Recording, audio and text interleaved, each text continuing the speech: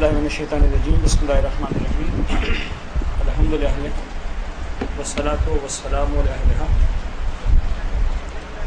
اما بعد فقد قال اللہ الحکیم فی کتابہ المبین بسم اللہ الرحمن الرحیم هو الذی بعث فی الامیین رسولا منہم یتلو علیہم آیاتہ ویزکیہم ویعلمہم الکتاب والحکمہ وإن كانوا من قبل لفی ضلال مبین۔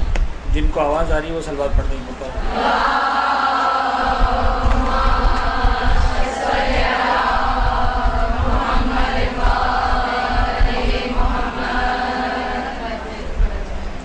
اس کا مطلب ہے کہ تقریباً آواز سب تک پہنچ رہی ہے۔ آج اس گروپ کے ساتھ ہماری پہلی کلاس ہے اور عام طور پر جہاں بھی میں پہلی کلاس لیتا ہوں وہاں پر ایک ایکٹیویٹی ضرور کرتا ہوں، لیکن وہ شاید نہیں ہو پائے گی اس لیے کہ یہاں اسٹوڈنٹس کی تعداد بہت زیادہ ہے۔ وہ ایکٹیویٹی یہ ہوتی ہے کہ تمام اسٹوڈنٹس ایک دوسرے سے اپنا تعارف کرواتے ہیں، اور اگر فی آدمی ہم 1 منٹ بھی لگائیں تو میرے خیال میں کم از کم ہمارے 2 لیکچرز میں نکل جائیں گے۔ تو اس ایکٹیویٹی کو ہم اسکپ کرتے ہیں۔ میرا نام غلام رضا روحانی ہے اور القائم میں شاید میرا خیال ہے کہ 5-6 سال ہو گئے آتے ہوئے۔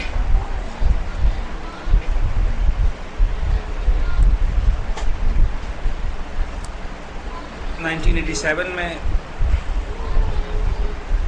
جب بہت زیادہ اپنی جہالت کا احساس ہوا تو کوشش کی کہ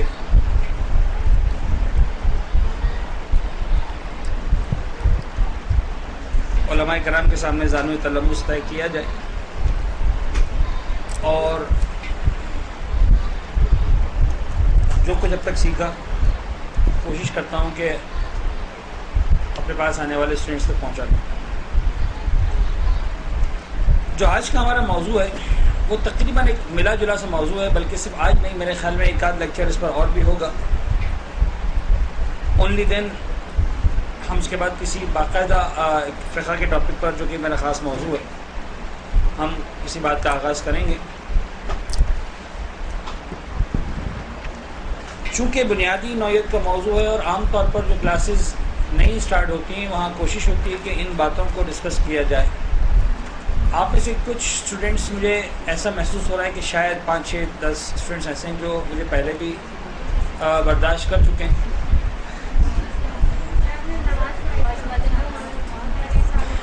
ہاں، تو ممکن ہے ان کے لیے کچھ باتیں پرانی ہوں، اس لیے کہ یہ بنیادی باتیں جو میں تقریباً ہر کلاس میں کرتا ہوں، کچھ ایکٹیویٹیز ہیں جو ہم ہر کلاس میں کرتے ہیں، تو اگر انہیں بوریت محسوس ہو ہمیشہ کی طرح تو ہمیشہ کی طرح وہ برداشت کرنا ہے۔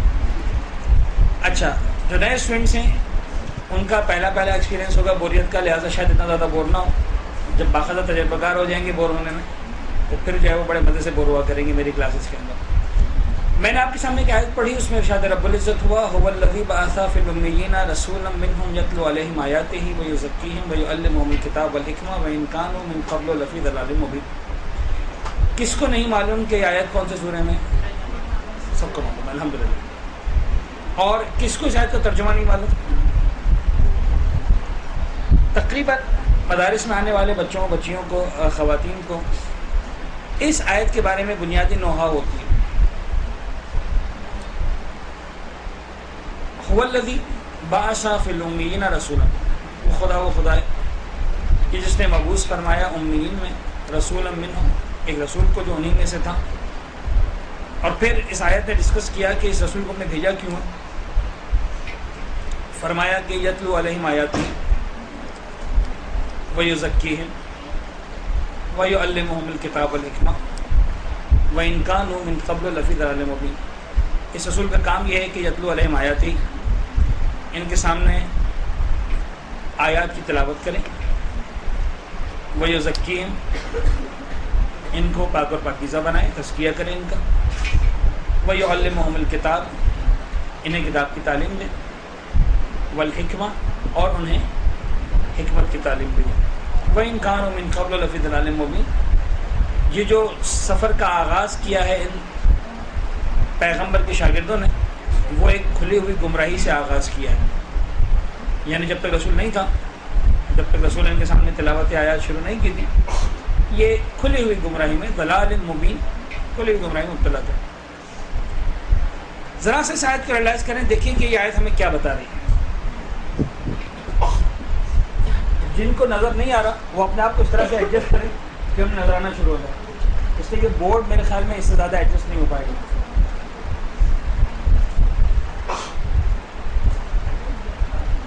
دیکھیں تھوڑا سا جو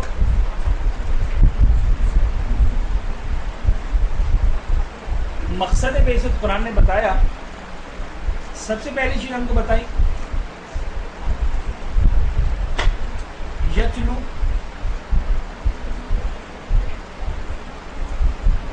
علیہم آیاتہ، ٹھیک ہے.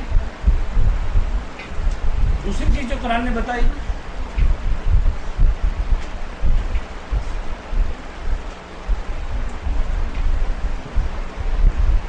وَيُزَكِّيهِمْ. تیسری چیز جو قرآن نے بتائی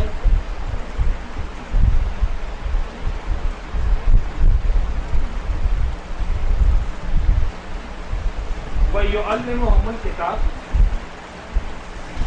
اور چوتھی چیز جو بتائی والحکمہ.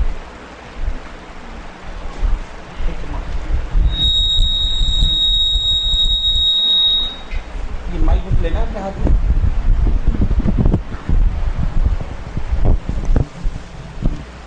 دیکھیں اچھا شاید ڈسٹربنس ہوگا. اچھا جی، تو چار باتیں ہیں جو قرآن، یہ ڈسٹربنس ہوتا رہے گا میرے خیال میں. چار باتیں ہیں جو کتاب ہم کو قرآن بتا رہا ہے کہ وہ پیغمبر، یہ پیغمبر ہے کہ جس کو ہم نے بھیجا امیین میں سے تھا، امیین کے درمیان بھیجا. کیوں بھیجا؟ یتلو علیہم آیاتہ ویزکیہم ویعلمہم الکتاب والحکمہ. اب تھوڑا سا اس آیت کو انالائز کرنا ہے اور جلدی سے بات کو ہم نے آگے بڑھانا ہے. اس آیت کا ایک انالیسس، ایک تجزیہ میں جو کرنا ہے وہ یہ کرنا ہے کہ اس پہلے مرحلے میں یتلو علیہم آیاتہ کا آڈینس کون ہے، یعنی اس کلاس میں کن کو داخلہ ملا. ہم نام رکھ لیتے ہیں اس کا کلاس 1، یہ کلاس 2، یہ کلاس 3، یہ کلاس 4. کلاس 1 میں کون آیا، کلاس 2 میں کون آیا، کلاس 3 میں کون آیا، اور کلاس 4 میں کون گیا. تو کلاس 1 کے اندر تو قرآن نے بڑی آسانی کے ساتھ کلیئر کر دیا، هو الذی بعث فی الامیین. ہم نے امیین کے سامنے بھیجا. امیین سے مراد ایک ترجمہ لیا گیا ہے مکہ مکرمہ کے رہنے والے لوگ. نکلا ہے ماں سے، یعنی ایک طرح سے جو ماں کی گود سے نکلے تھے اور اب تک فی ضلال مبین، جو قرآن نے آگے جا کے بات کی، کھلی ہوئی گمراہی میں تھے. آسان الفاظ میں یتلو علیہم آیاتہ کا ٹارگٹ آڈینس ہے مشرکین.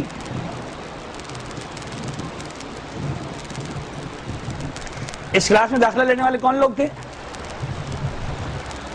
یا کن لوگوں کو اس کلاس میں داخلہ دیا گیا تھا؟ مشرکین تھے. پیغمبر نے جب پہلی مرتبہ قرآن پڑھ کے سنایا ہے تو سلمان فارسی اور ابو ذر غفاری کو نہیں سنایا، مشرکین مکہ کو سنایا، کافروں کو سنایا ہے، جاہلوں کو سنایا ہے، نادانوں کو سنایا ہے، گمراہوں کو سنایا ہے. ٹھیک، یہ پہلا لیول تھا، پہلا کام تھا، پہلا مرحلہ تھا پیغمبر اکرم کی ذمہ داریوں کا. یہاں تک کلیئر ہے بات؟ اس یزکیہم والی کلاس میں کون کون آیا؟ تو سادہ سا طریقہ ہے کہ جو پہلی کلاس میں پاس ہوئے وہ دوسری میں آئیں گے، جو فیل ہوئے وہ پہلی کلاس میں رہ جائیں گے. قاعدہ بڑا سمپل سا ہے. پاس کون ہوا؟ ہمارا اور آپ کا معیار ہے جس کے نمبر اچھے آ گئے. یہاں بات نمبر اچھے لینے کی نہیں تھی. جس نے بھی قرآن کی تلاوت کو سننے کے بعد پیغمبر پر اپنے ایمان کا اظہار کر دیا، ایمان لے آیا کہ ہاں بھائی یہ جو کلام ہے یہ طے ہے کہ معجزہ ہے وغیرہ وغیرہ وغیرہ، اور یہ جو بات کر رہا ہے نبی یہ صحیح بات کر رہا ہوں، تو وہ لوگ آ گئے سیکنڈ کلاس کے اندر. تو دوسرے الفاظ میں شاید یہاں پر یہ لفظ زیادہ مناسب ہو, وَيُزَكِّيهِمْ کی کلاس میں داخلہ ملا نو مسلم, یعنی جو ریسنٹلی اسلام لے کر آیا ہے, تازہ تازہ, کچا کچا, ابھی پکا نہیں ہوا. نو مسلم کہہ لیں چاہے تو نو مومن کہہ لیں, بات ایک ہی ہے. یہ نو از ناٹ اسٹینڈس فار 9, نو مینس نیو, ریسنٹلی. ٹھیک ہے, واٹ ٹو ڈو.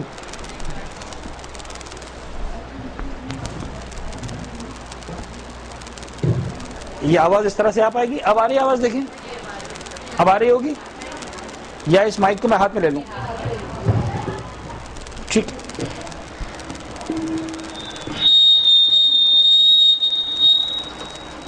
ذیشان آواز تھوڑا سلو کر دیں میرے خیال میں. ذیشان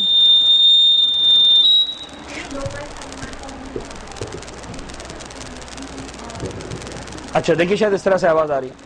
تو بات یہ ہو رہی تھی کہ یزکیم کی کلاس میں جو داخلہ لیا وہ لیا نو مسلمین نے, نو مومنین نے, جو نئے نئے اسلام لے کر آئے تھے. جیسے ہی انہوں نے داخلہ لیا, سیکنڈ کلاس میں پہنچے, پیغمبر نے گویا تلاوت بند کر دی. کہ اب خیر تلاوت بند نہیں ہوئی, لیکن سمجھانے کے لیے کہہ رہا ہوں کہ وہ لوگ اس کلاس سے اپ گریڈ ہو گئے. اب صرف وہ منزل تلاوت پر نہیں ہے, لیکن عجیب بات ہے کہ یعلمہم الکتاب, کہ انہیں کتاب کی تعلیم دی جائے. اب تک اس کلاس میں نہیں پہنچے ہیں. تعلیمی کتاب کب دی جائے گی؟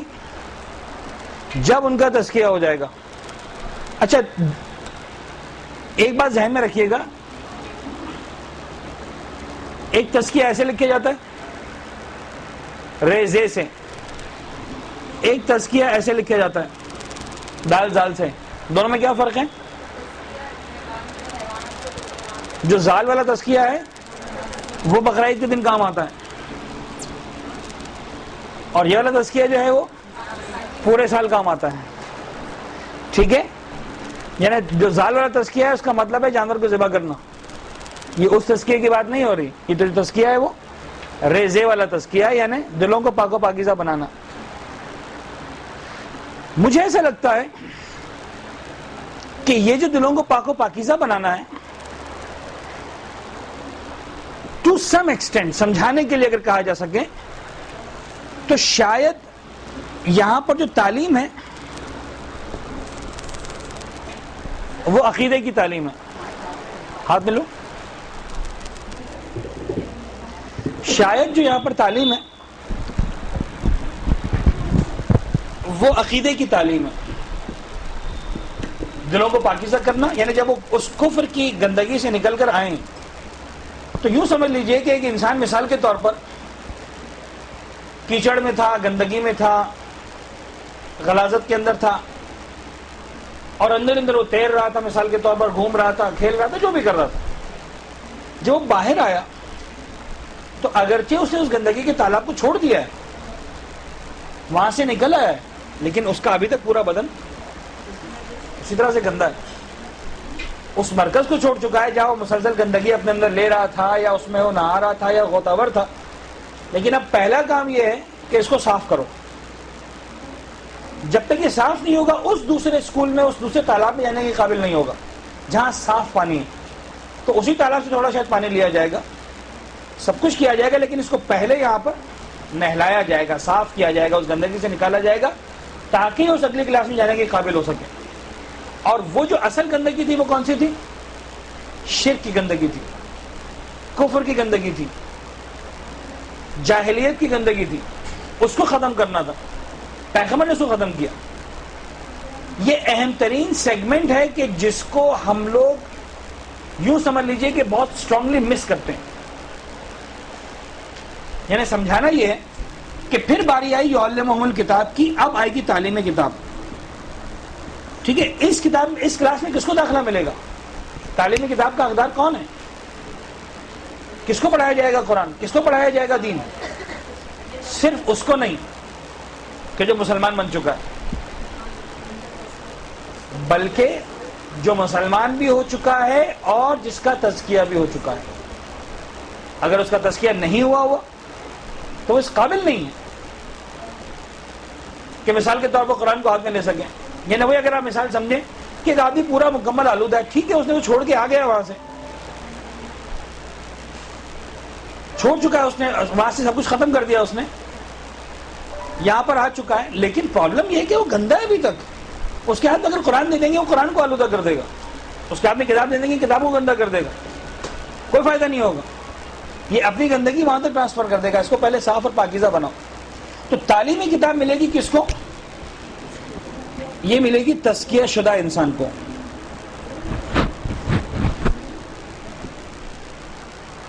اس کو اب پڑھایا جائے گا قرآن، اس کو اب تعلیم دی جائے گی کتاب کی. یعنی اب اس کو حلال حرام سکھایا جائے گا، اب اس کو ساری کی ساری باتیں سکھائی جائیں گی جب اس کا دل پاک اور پاکیزہ ہو چکا ہوگا. مجھے نہیں پتا کہ اپنی بات میں کتنا سمجھا پایا، لیکن ایک پرابلم جو ہم لوگ عام طور پر فیس کرتے ہیں، بڑی شدت کے ساتھ فیس کرتے ہیں، اور کہاں پر فیس کرتے ہیں؟ ظاہر سی بات ہے کہ ان اسٹوڈنٹس کے اندر فیس کرتے ہیں کہ جو باقاعدہ مدارس کے اندر داخلہ لے لیتے ہیں. کچھ باتیں بڑی تلخ طرح کی باتیں، اور وہ باتیں ہمیں آپس میں سیکھنی بھی ہیں، اس کو انالائز بھی کرنا ہے، اس کو سمجھنا بھی. عام طور پر جو ہمارے پاس شکایتیں آتی ہیں معاشرے کی طرف سے، یعنی پرابلمز ہیں جن کو ہم فیس کر رہے ہیں، اور ڈیفینیٹلی آپ بھی اس کو فیس کر رہے ہیں، اور ڈیفینیٹلی آپ لوگ بھی اس پرابلم کا شکار بنتے ہوں گے. لڑکی کے رشتے کی بات آئی، ساری باتیں ٹھیک ٹھاک چل رہی تھی، جیسے ہی پتہ چلا مدرسے کی ہیں، سوری صاحب شادی نہیں کرنی. از دس کریکٹ؟ Yes correct. اور بچیاں رو پڑتی ہیں کہ سر ہمارا کیا یہی قصور ہے کہ ہم نے دینی تعلیم حاصل کرنا شروع کر دی، اس لیے ہمارا رشتہ نہیں ہو رہا، اس لیے ہمیں کوئی انسان قبول کرنے کو تیار نہیں. تو کیا واقعاً دین اتنا برا ہے؟ دینی تعلیم اتنی بری ہے یا نہیں؟ کچھ غلطیاں ہیں جو ان لوگوں سے ہوئی ہیں جو بہرحال اسی طرح کے یا اس طرح کے مدارس کا حصہ تھے، اور انہوں نے معاشرے میں ایک ایسا امپیکٹ بنایا ہے. دیکھیں کچھ باتیں کھل کر بات کرنی، یعنی اگر معاشرے میں امیج ہے کہ مثال کے طور پر مدرسے کی بچیاں ایسی ہوتی ہیں، لہٰذا ان کو رشتہ مت دو، ان کا رشتہ مت لو، ان کے ساتھ تعلق مت جوڑو، تو وہ تعصب کس نے دیا؟ وہ ہم نے دیا نا. ہم میں سے ہی کچھ افراد ہیں جنہوں نے دیا. کیا وجہ تھی؟ وجہ یہ تھی کہ تیسرے لیول پہ آ گئے تھے لیکن دوسرے لیول کو مس کر دیا تھا. دوسرے لیول کو مس کر دیا تھا. لہذا نتیجہ یہ نکلا کہ دین سیکھنے کے بعد گھر میں جانے کے بعد جو پہلی بات تھی، اماں سے کہا تم بھی بے دین ہو، ابا سے کہا تم بھی بے دین ہو، بھائی سے کہا تم بھی کافر ہو، اس سے کہا تم جہنم میں ہو، شوہر سے کہا تم تو جہنم کے آخری گڑھے میں جانے والا ہے. یعنی ہم نے بجائے جنت کی ایجنسی کھولنے کے جہنم کی ایجنسی کھول دی، اور دھڑا دھڑ ہم نے جہنمی ہونے کے سرٹیفکیٹ ایشو کرنا شروع کر دیے، یہ سوچے بغیر کہ جب ہم خود مدرسے میں آئے تھے تو ہماری عمر مبارک سویٹ 18 سے گزر چکی تھی. ہمیں یہ احساس نہیں تھا کہ ہم 9 سال میں مسلمان نہیں ہو گئے تھے. ہمیں مدرسے میں آتے آتے کسی کو 18 سال ہو گئے تھے، کسی کو 20 سال ہو گئے تھے، کسی کو 25 سال ہو گئے تھے، کسی کو 30 سال ہو گئے تھے. تو ہم بھول گئے کہ ہم 25 سال تک کیا تھے، ہم بھول گئے کہ 20 سال تک ہم کیا تھے، ہم بھول گئے کہ اسکول اور کالج میں ہم نے کتنی شرارتیں کی تھی، ہم بھول گئے کہ ہم نے کتنی بے پردگیاں کی تھی، ہم بھول گئے کہ ہم نے کتنی نمازیں قضا کی تھی، ہم بھول گئے کہ کتنے دن قرآن پڑھے بغیر ہماری زندگی کے گزر گئے تھے. لیکن نہیں، چونکہ ہم مسلمان ہو گئے ہیں، لہذا وہ 20 سال کا پرابلم، وہ 25 سال کا پرابلم، وہ 30 سال کا پرابلم تو دور ہونے میں 30 گھنٹے نہیں لگے. ہم 100% جنتی بن گئے، تم 100% جہنمی بن گئے. یہ جو ہم نے طریقہ کار اسٹارٹ کیا، اس میں پرابلم کہاں تھا؟ یہ سیکنڈ لیول، ہمارا اپنا تزکیہ نہیں ہو پایا تھا. مثال کے طور پر ہم بے پردہ تھے، فرض کر لیتے ہیں ہم نے چادر تو پہن لی، یہ وہی والی بات ہے کہ گندگی سے باہر تو آ گئے لیکن خود کو صاف کیے بغیر چادر پہن لی تو ظاہر تو خوبصورت ہو گیا، لیکن جو نزدیک آ رہا تھا اس کو بدبو ایسی کیسی آ رہی تھی. سمجھ میں آ رہی بات؟ اور ہم چاہ رہے تھے کہ چونکہ ہم نے چادر پہن لی، چونکہ ہمارا ظاہر صاف ستھرا ہو گیا، بس اب آؤ تم ہمیں اپنے گلے سے لگا دو، چاہے ہمارے باپ ہو، چاہے ہمارے بھائی ہو، چاہے ہماری بہنیں ہو، چاہے ہماری ماں ہو، چاہے ہمارے رشتے دار ہو، چاہے پڑوسن ہو، بس ختم. وہ کہے کہ ہم سے اچھا کوئی نہیں، اور ہمیں کہنے کا حق ہے کہ تم بھی جہنمی، تم بھی جہنمی، تم بھی جہنمی. تو اگر ایسے انسان کی کوئی بحث نہیں بھی کرے گا، کم از کم اتنا ضرور کرے گا کہ بھائی ایسی لڑکی کو گھر پہ لے کر مت آنا، ورنہ یہاں پر جنت کی وجہ جہنم کا بازار گرم ہو جائے. یہ تو میں ایک ایکسٹریم بتا رہا ہوں، لیکن اس طرح کی غلطیاں ہوتی ہیں. اہل بیت اطہار کے طریقے کا، پیغمبر اکرم کے طریقے کا اتنا اسٹرانگ تھا، یعنی 1 پوائنٹ ایجنڈا، اس پر اگر ہم عمل کر سکیں. اہل بیت کا طریقہ ایسا تھا، پیغمبر کا طریقہ ایسا تھا کہ بدترین مشرک، بدترین دشمن ایک مرتبہ اگر دائرہ حصار پیغمبر میں یا دائرہ حصار اہل بیت میں آ جاتا تھا تو بعد میں نکل کر جانے کی تمنا نہیں کرتا تھا، اور پیغمبر کے ماننے والا ایک مرتبہ اگر آ گیا تو دوبارہ آنے کی تمنا نہیں کرتا. یہ کہاں سے ڈیفرنس آتا ہے؟ یہ تعلیمی کتاب سے نہیں آتا، یہ آتا ہے تزکیے سے، اخلاق کی اس منزل سے. یعنی واقعی دین کو پروموٹ کرنے سے پہلے، یا دوسرے الفاظ میں زبان کے ذریعے دین کو پروموٹ کرنے سے پہلے، ہم نے اپنے عمل میں کتنا چاشنی پیدا کی، ہم نے اپنے کردار میں کتنی مٹھاس پیدا کی، ہم نے اپنے انداز کو کتنا توجہ طلب بنایا، ہم نے اپنے کردار کو کتنا پختہ بنایا، ہم نے اپنے کردار کو کتنا ایسا بنایا کہ واقعا لوگ متاثر ہو کر ہم تک آ سکیں، کہ واقعا ہماری کوئی چھوٹی بہن ہے، پڑوسن کی بیٹی ہے. اب یقین جانی کہ بعض اوقات اس طرح کی ایگزامپل بھی سامنے آتی ہیں. نان شیعز ہم سے کہتا نظر آتے ہیں، بتائیں آپ کے بچے کس اسکول میں جاتے ہیں؟ ہم اپنے بچوں کو ان اسکول میں بھیجنا چاہتے ہیں جہاں آپ کے بچے جاتے ہیں. آپ دیکھیں تو آپ کے بچوں کا ادب کتنا اچھا ہے. نان شیعز کون سکھاتا ہے؟ کون کرتا ہے؟ فارسی میں ایک مصرع ہے، وہ کہتے ہیں کہ اطرانس کی خود بے بویت، نان کے اتار بویت. خوشبو وہ ہوتی ہے جو خود بتائے کہ میں خوشبو ہوں. دکاندار کے کہنے سے کوئی خوشبو نہیں بن جاتی. دکاندار لاکھ تعریفیں کرتا رہے، آپ صرف ایک کام کرتے ہیں، اس خوشبو کی بوتل کو لیتے ہیں، 1 منٹ کے لیے اس کا کیپ اوپن کرتے ہیں، ہلکا سا سونگھتے ہیں، کیپ بند کرتے ہیں، اینڈ یو ڈیسائڈ کہ یو وانٹ ٹو بائی اور you don't want to buy. دکاندار 1 گھنٹے کی مجلس پڑھتا رہے کہ صاحب ایسی فریگرنس ہے اور اتنی پیاری خوشبو ہے، اس کے اندر یہ ڈالا گیا اور وہ ڈالا گیا ہے، اور اس خوشبو کو یہ والا ایوارڈ مل چکا ہے، اور اس خوشبو کو وہ والا ایوارڈ مل چکا ہے، اور اس نے اتنے ریکارڈ توڑ ڈالے. آپ کہتے ہیں اوکے، ہم ذرا غور کر کے بتاتے ہیں. یہ ہوتا ہے اترانا اس کی خود بے بولے. یہ وَيُزَكِّيهِمْ، چاہے منزل عقیدہ کے اعتبار سے کہا جائے کہ عقیدے کو اتنا اسٹرانگ بناؤ کہ پھر منزل عمل میں عمل کرنا آسان ہو جائے. اخلاق کو اتنا اسٹرانگ بناؤ کہ دوسروں کو دین کا پھیلانا، دین کا پہنچانا تمہارے لیے آسان ہو جائے. اسلام نے اہم ترین کام جو کیا وہ یہ کیا کہ تعلیم سے پہلے تزکیے کو ضروری سمجھا. قرآن نے جو اہم ترین کام کیا وہ یہ کیا کہ تعلیم سے پہلے تزکیے کو ضروری سمجھا. دوسرے الفاظ میں جو منزل تزکیہ سے نہیں گزرا اور وہاں اس نے پاسنگ مارکس نہیں لیے، در حقیقت وہ تعلیم کتاب کا حقدار قرار نہیں پاتا. اب یہاں پر ایک علمی بات جو مجھے اندازہ ہے کہ ذرا سا مشکل ہو جائے گی، یعنی یہاں تک تو تقریباً میرا خیال ہے کہ سب کی سمجھ میں آ گیا ہو.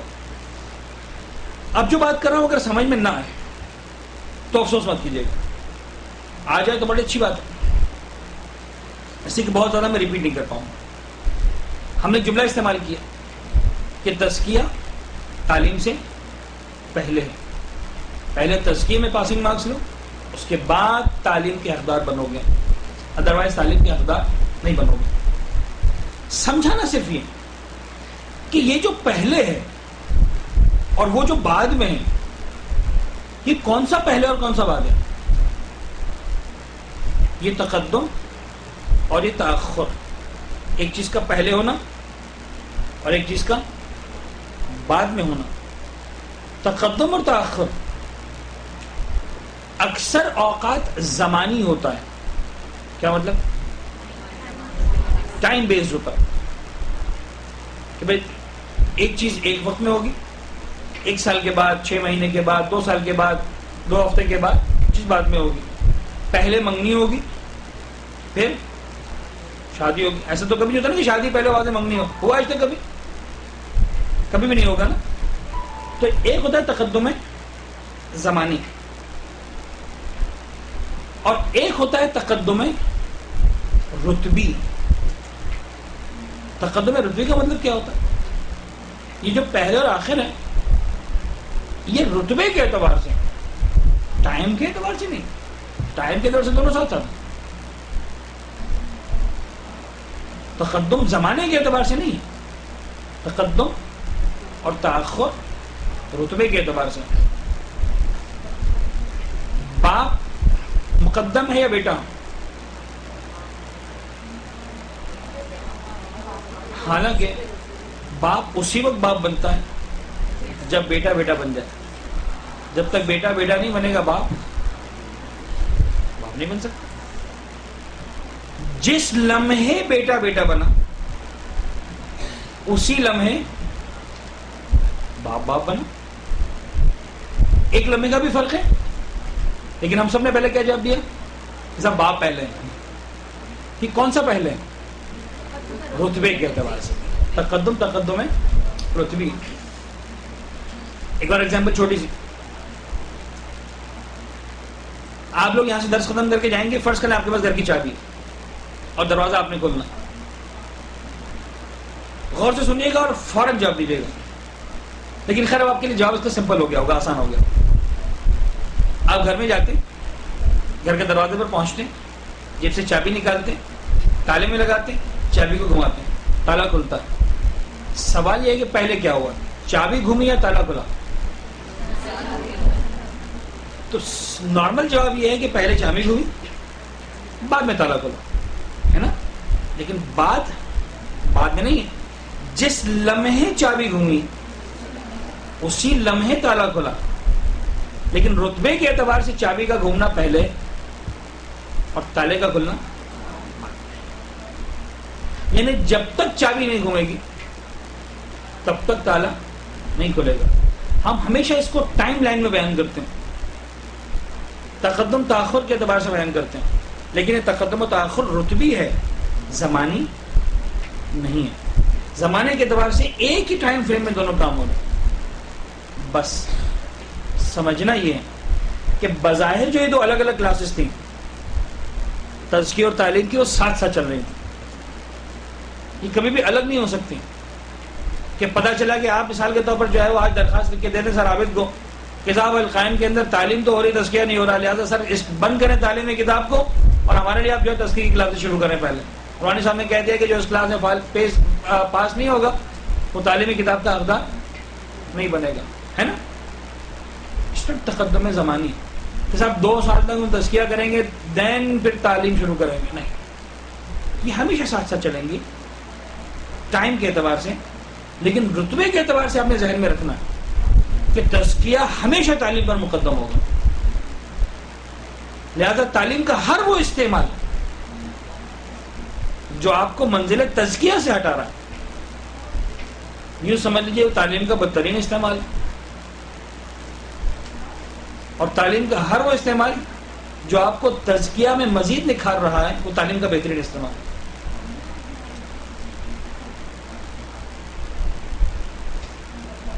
اور جب وہ والی بات آئے گی تب سلولی گریجولی معاشرہ چینج ہوگا کہ صاحب لڑکی لینی ہے، سب سے پہلے دیکھو کہ مدرسے والی مل جائے تو زیادہ اچھا، نہ ملے تو پھر کسی اور کی بات کرنا. یہ کون بنائے گا؟ یہ ہم بنائیں گے، میں آپ بنائیں گے. اور یہ ایک دن میں نہیں ہونے والا، 1 گھنٹے میں نہیں ہونے والا، 1 ہفتے میں نہیں ہونے والا. ہمارے اپنے کردار سے ہونے والا. ہمارا کردار ہی اس بات کو ڈیسائیڈ کروائے گا. جو ریجیڈیٹی ہے دین کے معاملے میں، جو سختی ہے، یا آج کل کی زبان میں جو ایک ورڈ استعمال ہو رہا ہے جو اسلام کا طالبانائزیشن ہے، اس کو ہم نے نکالنا ہے اپنے وجود سے. آپ دیکھیں قرآن کس انداز سے بات کر رہا ہے. محمد رسول اللہ والذین معہ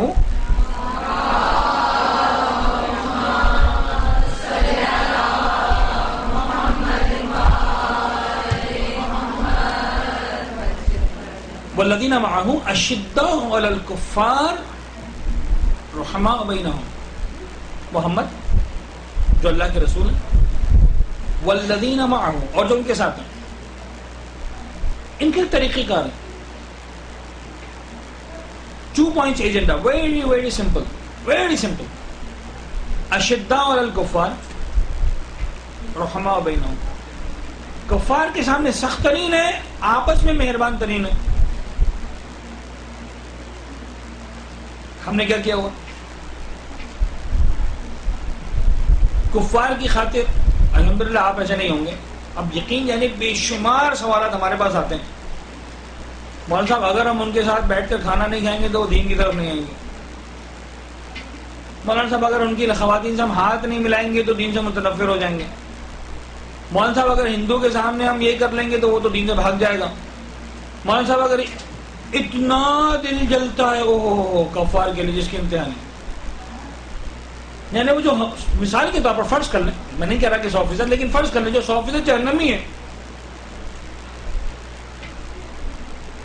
ان کے لیے ہمارا دل اتنا جلتا ہے جس کے امتحان، کیا رحم آتا ہے دل میں. اور جو اپنے جن کے پاسنگ مارکس میں فرض کر لیں ہمارے طرف سے کچھ کمی رہ گئی ہے، تھوڑی سی اور محنت کر لیں، 2-4 سوال اور سالو کر لیں تو پاس ہو جائیں گے، جنت میں چلے جائیں گے. ان کو ہم دھڑا دھڑ جہنم کا سرٹیفکیٹ ایشو کرتے ہیں. ان کے ساتھ کسی قسم کے رحم کرنے کو تیار نہیں ہے نا. اس چیز کو چینج کرنا. طالب علم بننے کے بعد، دینی مدارس کا حصہ بننے کے بعد، جو اہم ترین چیز آپ کے وجود میں ہونی چاہیے وہ اس تزکیے کا، یوں سمجھ لیجئے کہ اظہار. اور وہ کبھی بھی زبان سے نہیں ہوگا، وہ ہمیشہ ہوگا اپنے عمل سے، اپنے عمل کی پختگی سے، اپنے نرم رویے سے، اپنے با اخلاق کردار سے، اپنے ٹالرنس سے، اپنے صبر و تحمل سے. اور ایسے نہیں کہ مثال کے طور پر آپ سمجھیں گے نہیں صاحب ہیں تو سب جاننا بھی، لیکن مولانا صاحب نے کیا لہذا برداشت کرنا ہے. نہیں بابا، ان پہ رحم کھانا ہے، ان کو بتلانا ہے، ان کو اون کرنا ہے، ان کو سمجھانا ہے کہ تم ہمارے ہو. اور سلولی گریجولی پیار سے ان کو اپنے پاس لانا ہے. یہ امر المعروف کا ٹاپک ہے، وہ کبھی بعد میں ڈسکس کریں گے. والحکمہ، وہ پھر تعلیمی کتاب کی بات کی منزل ہے، جو ایک طرح سے فائنل سرٹیفکیٹ ملے گا پاس ہونے کا 100%. تو صرف ایک جملہ جو ایک طرح سے درس کا جملہ کم اور مجلس کا جملہ زیادہ ہے کہ قرآن خود کہہ رہا ہے کتاب کافی نہیں ہے جب تک کہ حکمت نہ آ جائے. پتہ نہیں کیسا مسلمان ہے جو کہتا ہے کہ کتاب کافی. یعلمہم الکتاب والحکمہ، اس کا بغیر تمہارا کورس مکمل ہونے والا نہیں ہے، تم ادھورے ہو. اور پورے عالم اسلام میں اگر حکمت کا دعوے دار کوئی ملے گا تو صرف ایک ملے گا جو پیغمبر نے بتلایا، انا مدینۃ الحکمہ، انا دار الحکمہ وعلی بن بابو. ہے سلوات پڑھتے ہیں.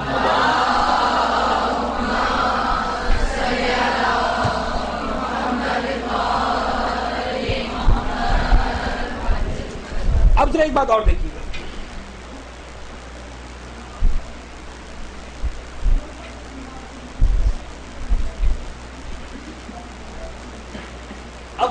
دیکھیے گا، اور پھر اس کو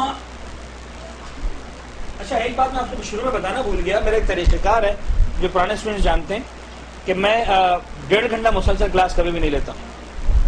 I always break my class in between for 5 minutes. تو تقریباً پونا گھنٹہ ہم کو ہو گیا اسٹارٹ کیے ہوئے. 5 منٹ کا ہم بریک لیں گے اور یہ اس لیے ہوگا کہ آپ ریفریش ہو جائیں.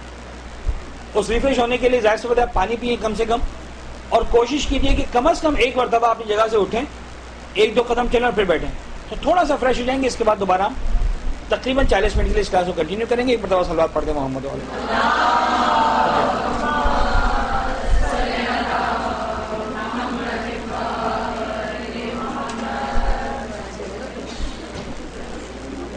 شیطان الرجیم، بسم اللہ الرحمن الرحیم. الحمد للہ والصلاۃ والسلام علیہ. جی جناب، بات ہو رہی تھی ہماری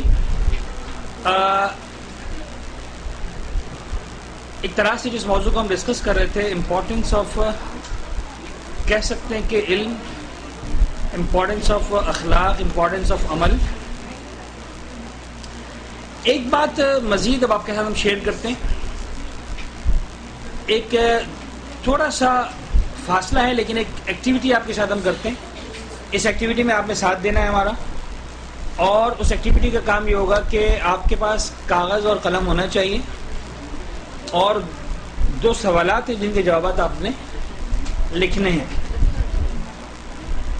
لیکن ذرا اس سے پہلے دیکھ لیجیے گا یہ بات.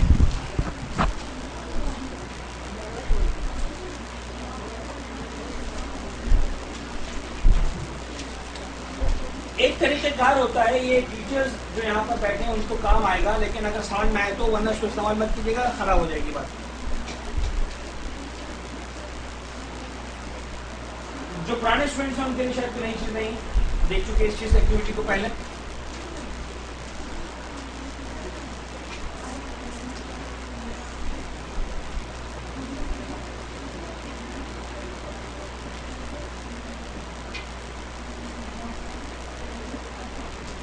چار طرح کے گروپس ہمارے پاس پاسبل ہیں. ایک گروپ وہ ہے جس کے پاس علم بھی ہے،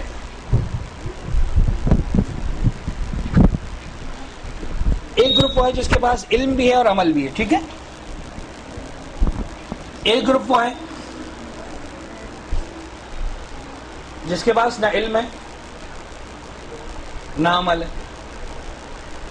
کلیئر ہے بات یہاں تک؟ خود بخود درمیان کے 2 گروپس پہ آپ کے لیے کلیئر ہو گئے ہوں گے. ایک گروپ وہ ہے جس کے پاس علم ہے،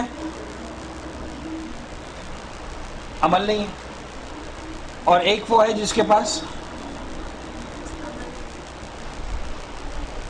عمل ہے لیکن علم ہے. جو 2 سوال مجھے آپ سے پوچھنے ہیں اس پر تو میں آؤں گا، وہ بھی نہیں پوچھ رہا ہوں. اس سے پہلے ایک سوال کا جواب دیں کہ کیا کوئی 5واں گروپ پاسبل ہے؟ Is there any 5th option available?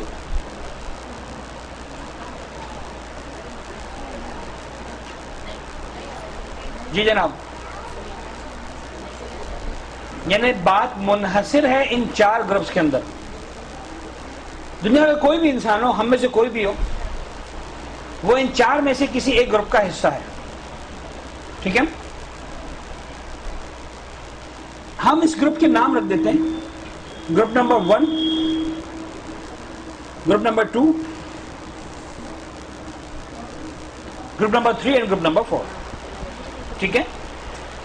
Group number 1 والا گروپ ہے کہ جن کے پاس علم بھی اور عمل بھی. گروپ نمبر 2 علم ہے، عمل نہیں ہے. گروپ نمبر 3 علم نہیں ہے، عمل ہے. گروپ نمبر 4 نہ علم ہے نہ عمل. اب 2 سوالات کے جوابات لکھنے ہیں: question A and question B. آپ کو صرف جواب لکھنے ہیں، سوال سے سننا ہے اور بولنا نہیں ہے، لکھنا ہے. پہلا سوال یہ ہے کہ اس میں سے سب سے بہترین گروپ کون سا ہے؟ میں نے کہا تھا بولنا نہیں ہے، اور مجھے یقین تھا کہ آپ بولیں گے. بہرحال سوال نمبر اے، اس کا جواب 1 2 3 4 کوئی بھی ایک آپشن چوز کریں جو آپ کو لگتا ہے صحیح. وچ از دا بیسٹ گروپ؟ لکھ لیں اپنے پاس فوراً. دوسرا سوال، جلدی سے جواب لکھیے گا اور اب بولیے گا مت. بدترین گروپ کون سا؟ لکھیے فوراً، اپنا جواب لکھ لیں. 1 2 3 4 لکھ لیا سب نے؟ اب ایمانداری کے ساتھ کوشچن نمبر اے کے آنسر میں کتنا نے لکھا ہے؟ 1. اوکے. کس نے 1 کے علاوہ کسی اور گروپ کا نام لیا؟ از دیر اینی ون جس کی نگاہوں میں کوشچن نمبر اے کا آنسر 1 کے علاوہ کچھ اور ہو؟ نہیں میرے خیال میں. Okay. Question B, which is the worst, سب سے برا گروپ کون سا؟ ایک سیکنڈ کس کس نے لکھا ہے 4؟ Okay almost 30-40%. کتنا نے لکھا ہے 2؟ آلموسٹ 30%، بلکہ اس سے بھی کم. کتنا نے لکھا ہے 3؟ ٹھیک ہے. سوال یہ ہے کہ مجتہدین کے فتاوی مختلف کیوں ہوتے ہیں؟ آپ لوگ بھی ایک ہو جائیں. تو اگر ایک ہوگا اس کا مطلب چیٹنگ ہو رہی ہے. ٹھیک ہے نا؟ ہر آدمی ذمہ دار ہے کہ اس کے اعتبار سے جو حق بیان کر دیں، ہے کہ نہیں؟ تو خیر بات کہیں سے کہ نکل جائے گی، دوسرے کا اشارہ تھا. تو اتنا طے ہے کہ مجھے معلوم تھا، اور جہاں بھی میں نے ایکٹیویٹی کروائی ہے کوشچن اے کا آنسر زبان پر آ ہی جاتا ہے میرے کہنے کے باوجود، مت بولیے گا. اور میرا اصل سوال کوشچن نمبر اے ہوتا بھی نہیں ہے، لیکن وہ ایک پریکٹس ہو جاتی ہے کہ آپ اگلے سوال میں خاموش رہنا. تو وہ خود بخود جو ہے وہ اسٹوڈنٹس خاموش ہو جاتے ہیں 20 سوال تک آتے آتے کہ سب بولنا نہیں، صرف لکھنا ہے. اور اصل سوال ہے بی، بدترین کون سا ہے. اب آپ ایک مرتبہ پھر سوچئے، جب آپ کو اندازہ ہو گیا نا، جب آپ نے 2 لکھا تھا تو آپ کا ایک مائنڈ سیٹ تھا جس کے سے 2 لکھا آپ نے. جس نے 3 لکھا تھا ایک مائنڈ سیٹ تھا جس کے سے 3 لکھا. جس نے 4 لکھا ایک مائنڈ سیٹ تھا 4 لکھا. اب مزید اس کا تجزیہ کرنے سے پہلے کوشچن نمبر بی کا آنسر آپ پھر لکھیں. یعنی اگر آپ چینج کرنا چاہتے ہیں تو چینج کر سکتے ہیں کہ which is the worst group. ممکن ہے آپ کا جواب سیم رہے، ممکن ہے آپ اس کو چینج کرنا چاہیں. You have the option to change. کر لیا سب نے اپنا جواب؟ اب یہ بتائیے کہ کتنوں نے لکھا ہے 2؟ اوکے. کتنوں نے لکھا ہے 3؟ اور کتنوں نے لکھا ہے 4؟ چینج کرنے کے بعد بھی 4؟ مشکل لگتا ہے کہ چینج کرنے کے بعد بھی مزید کوئی انسان ہو جو کہے کہ 4 از دا ورسٹ. اس لیے کہ آپ ذرا غور کیجیے گا، when we discuss the group number 4، اس کے پاس علم بھی نہیں ہے، اس کے پاس عمل بھی نہیں ہے. یہ بد ضرور ہے، بدترین نہیں ہے. بد ضرور ہے، برا ضرور ہے، لیکن یہ کہنا کہ بدترین ہے ویری ڈیفیکلٹ، بہت مشکل ہے کہ ہم بدترین کہیں تو. یعنی مثال کے طور پر وہ ایک مسلمان عورت جو اسٹیج پہ ڈانس کر رہی ہے، الیاذ باللہ، ضرور بد ہے، بہت بری ہے. بدترین کہنا مشکل ہے. اور اس کے مقابلے میں وہ خاتون کہ جو ممبر پر بیٹھ کر ایسی باتیں کر رہی ہے کہ جس کے نتیجے میں مراجعین کو گالیاں پڑ رہی ہیں، جہاں بظاہر حجاب بھی نظر آ رہا ہے، جہاں بظاہر تقدس بھی نظر آ رہا ہے. کیا لگ رہا ہے آپ کو؟ دونوں برے ہیں. وہ جو اسٹیج پر خدا نہ خواستہ رقص میں مصروف ہے اس کے نقصانات زیادہ ہیں، یا مجلس درس میں بیٹھ کر مراجعین کو گالیاں پڑھوانے والے کے نقصانات زیادہ ہیں؟ کیا خیال ہے آپ کا؟ یہ تو میں صرف 2-4 جملے کہہ رہا ہوں تاکہ آپ لوگ تھوڑا سا سوچیں. ٹھیک ہے؟ یا اس کے نقصان زیادہ ہیں جو واقعی صاحب علم ہے لیکن منزل عمل میں آگے نہیں آ رہا، منزل عمل میں پیچھے ہے، جس کا باتیں تو بڑی اچھی اچھی ہیں، علم بڑا پختہ ہے، لیکن منزل عمل میں وہ انسان انتہائی، مثال کے طور پر گھٹیا عمل لے کر آنا، انتہائی گندا عمل لے کر آنا. کس کا نقصان زیادہ ہے؟ اہل بیت اطہار کی روایتوں کو دیکھیں تو کتنی مذمتیں ان علماء کی کہ جو صاحبان علم تو ہیں لیکن صاحبان عمل نہیں ہیں. تو 90% کیسز میں یہ ہوتا ہے کہ میں نے ask which is the worst، تو پہلے تو اکثریت نمبر 4 کو ایسا آنسر لکھتی ہے کہ صاحب بہترین گروپ نمبر 1 ہے اور بدترین گروپ نمبر 4 ہے. لیکن جب ری تھنکنگ کی بات آتی ہے تو عام طور پر لوگ نمبر 4 سے ہٹ جاتے ہیں، یعنی ایک بات پہ اتفاق کر لیتے ہیں. جس طرح یہ اتفاق ہے کہ group number 1 is the best, تو کوشچن نمبر 2 میں اس بات پر اتفاق ہو جاتا ہے کہ 4 از ناٹ دا ورسٹ. ایک اتنا کنسنسس، ایک اتنا اتفاق ڈیولپ ہو جاتا ہے. لیکن ایک جھگڑا بہرحال باقی رہتا ہے کہ پھر وہ ورس ہے کون سا, گروپ نمبر 2 یا گروپ نمبر 3. اب تھوڑا سا زیادہ تر ان احادیث کو اگر ہم دیکھیں کہ جو بے عمل صاحبان علم کی مذمت میں آئی ہے, یہ پورا ایک انبار ہے روایتوں کا اہل بیت اطہار علیہ السلام کی, کہ جہاں پر ان لوگوں کی مذمت کی گئی کہ جو صاحبان علم ہے لیکن عمل نہیں کرتے, ان کا عمل پختہ نہیں ہے. ان لوگوں کی بھی مذمت ہے کہ جو صاحبان علم نہیں ہیں اور سیٹ پر آ کر بیٹھ جاتے ہیں وغیرہ وغیرہ وغیرہ. اتنا ہے کہ بہرحال بعض اوقات گروپ نمبر 2 بدترین ہوتا ہوا نظر آتا ہے, بعض مراحل پر گروپ نمبر 3 بدترین ہوتا ہوا نظر آتا ہے. اور ایک ڈیبیٹ ہے جو آلویز آن گوئنگ ڈیبیٹ ہے, یعنی اس پر آپ باقاعدہ ڈیبیٹ جیسے مذاکرہ ہوتا ہے نا, ڈیبیٹس ہوتی ہیں, کروا سکتے ہیں آپ لوگ کہ صاحب یہ بدترین یا وہ بدترین, اور ہر ایک کے پاس اپنے بڑے اسٹرانگ دلائل ہوں گے. اب جیسے میں ایک بات آپ کے ساتھ کر رہا ہوں, ذرا سا غور کیجیے گا, اور یہ ایگزامپل میں ہمیشہ دیتا ہوں.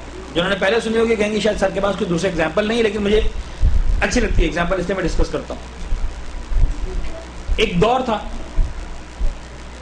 جب بسیں نئی ایجاد ہوئی. حیدرآباد سے کراچی سے ایک بس چلتی تھی 24 گھنٹے میں. ہفتے کا پہلا دن تھا, مثلا ہفتہ کہہ لیں یا منڈے کہہ لیں, اور کچھ لوگوں کو حیدرآباد سے آنا تھا. اس وقت لوگ لیجر کے لیے, تفریح کے لیے جو سفر نہیں کرتے تھے, بلکہ خود سفر ایک تکلیف دہ عمل ہوتا تھا, تو مجبوری کے بغیر لوگ سفر نہیں کرتے تھے, ضروری کام. جو اس ہفتے کے پہلے دن آنے والے تھے تقریباً 40-50 مسافر تھے. ان میں سے ایک آدھ ایسا تھا جن کا کوئی ہاسپٹل میں سرجری تھی, اپوائنٹمنٹ لیا تھا ڈاکٹر سے, اور بڑی مشکل سے اپوائنٹمنٹ ملا تھا, ان کو سرجری کروانے کے لیے کراچی آنا تھا. کچھ ایسے بھی تھے جن کا پیپر تھا یونیورسٹی کا, اور اس پیپر کے بعد ان کے پورے کیریئر کا فیصلہ ہونا تھا. کچھ ایسے تھے جن کی آخری سماعت تھی عدالت کے اندر, اور وہ کیس اٹھانے کے لیے آخری مرتبہ آ رہے تھے کہ فیصلہ ہونا تھا آج صحیح اور غلط کا. کسی کی شادی ہونے والی تھی, وہ اپنی شادی کے لیے آ رہا تھا کہ اپنا گاؤں چھوڑ کے آج میری شادی مجھے شرکت کرنا, ایز اے دولہا یا ایز اے دلہن مثال کے طور پر. فرض کریں جناب علی کوئی کسی مریض سے ملنے کے لیے آ رہا تھا, کوئی کسی بزنس ڈیل کے لیے آ رہا تھا, بہت بڑی ڈیل تھی اس کی, اور اس کو ڈیل کو فائنلائز کرنا تھا. And like these people who coming to Karachi. صبح سویرے کا وقت تھا, کسی بات پر ڈرائیور جو ہے وہ بدل کے کہنے لگا میں نہیں چلاتا. کچھ جھگڑا ہو گیا پیسنجر سے, اس نے کہا میں گاڑی نہیں چلاتا, میں تم کو لے کے نہیں جاؤں. اب صاحب جو بھی تھا سلسلہ, لوگوں نے کہا بھائی مہربانی کرو, درگزر کرو, یہ کرو وہ کرو. جتنا سمجھایا جتنا منایا وہ نہیں مانا, اور اس نے یہ فیصلہ کر لیا کہ میں گاڑی نہیں چلاتا. اور روحانی صاحب بھی وہاں پر موجود تھے. لوگوں کو روتا بلکتا گڑ گڑاتا درخواست کرتا ہوا دیکھ کر بڑا دل میں رحم آیا. آؤ دیکھیے نتاؤ, کہا کہ چھوڑو اس ڈرائیور کو, میں بس چلاتا ہوں. زندگی میں کبھی بس چلائی نہیں تھی, لیکن بے بسی کو دیکھ کر بس چلانے کا فیصلہ کر لیا. بس میں بیٹھے, سٹارٹ کیا, چلانا شروع کی, اور نتیجہ وہی ہوا جو ہونا چاہیے تھا. جب ایک اناڑی آدمی آئے گا ڈرائیور بن کر اور بس لے کر, تو اس نے بس کو کھائی میں گرا دیا. آدھے سے زیادہ پیسنجر دنیا سے رخصت ہو گئے, باقی ایسے زخمی ہوئے, کچھ بچ گئے. یہ بات ایک ایگزامپل ہے. ناؤ دی کوسچن از, نقصان کس نے زیادہ پہنچایا, اس ڈرائیور نے یا اس مولانا نے؟ گروپ نمبر 2 سب سے برا ہے یا گروپ نمبر 3؟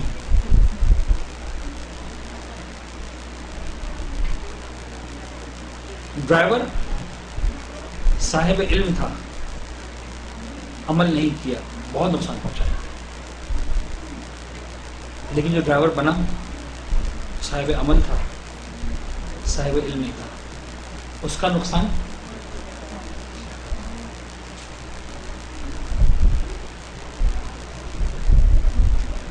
یہاں تک بھی بات بڑی اچھی ہے کہ ہمیں کچھ سمجھنے میں آسانی ہوئی.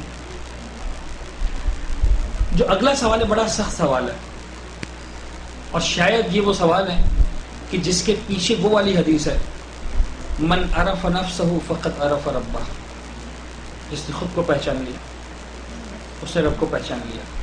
تو واقعا کیا ہم معرفت نفس رکھتے ہیں تاکہ معرفت رب تک جائیں؟ بڑا سادہ سا سوال ہے جو اس سیریز کا چوتھا سوال ہے. پہلا سوال کیا تھا کہ کیا کوئی پانچواں گروپ پاسبل ہے؟ ٹھیک ہے. دوسرا سوال تھا وچ از دا بیسٹ. تیسرا سوال تھا وچ از دا ورسٹ.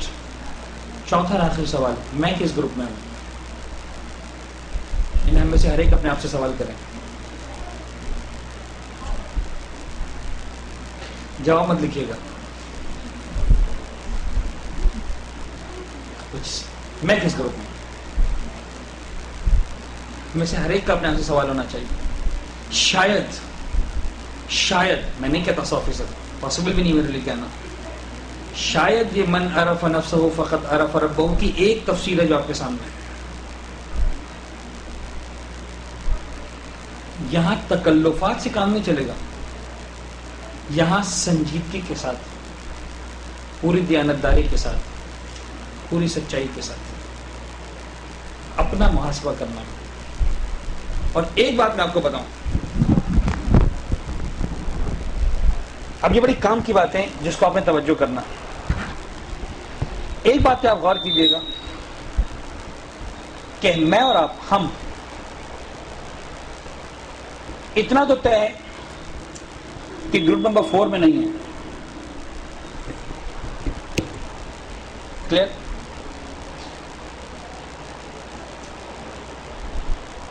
سمجھ میں آ رہی بات؟ اتنا تو طے ہے کہ گروپ نمبر 3 میں بھی نہیں ہے.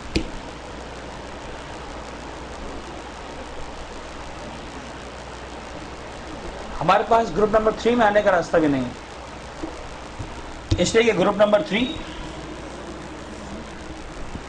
بے علم لوگوں کا گروپ ہے. ہم تو آ گئے علم حاصل کرنے کے لیے، ہم تو بیٹھے ہیں یہاں پر. ہمارا تو دعویٰ ہے کہ ہم سیکھ رہے ہیں دین کو، لہٰذا ہم بے علم بھی نہیں ہیں. ہمارے پاس تو دو ہی راستے ہیں، یا ہم گروپ نمبر 1 کا حصہ بن جائیں یا ہم گروپ نمبر 2 کا حصہ بن جائیں. سوال صرف یہ ہے کہ کچھ ایسے تھے جنہوں نے گروپ نمبر 2 کو بدترین لکھا تھا، کچھ ایسے تھے جنہوں نے گروپ نمبر 3 کو بدترین لکھا تھا. لیکن بہرحال اتنا طے ہے کہ بیسٹ ہم سب نے گروپ نمبر 1 کو ہی لکھا تھا. تو اب اپنے آپ سے سوال، اور یہ وہ محاسبہ ہے کہ جو قدرت تو کرے گی، کاش اس وقت سے پہلے ہم اپنا محاسبہ کر سکیں. If I am not in group number 1، اگر یہ طے ہے کہ میں گروپ نمبر 1 میں نہیں ہوں، تو یوں سمجھ لیجئے کہ آلموسٹ طے ہے کہ میں گروپ نمبر 2 کے اندر ہوں. اس سے کہ ہمارے پاس گروپ نمبر 3 اور 4 میں جانے کا راستہ ہی نہیں ہے، ویزا ہی نہیں ہے ہمارے پاس 3 اور 4 کا. ہمارے 2 ہی آپشنز ہیں، 1 and 2. اور اب ایک بات یاد رکھیے گا، معاشرے میں جو جھگڑا ہوتا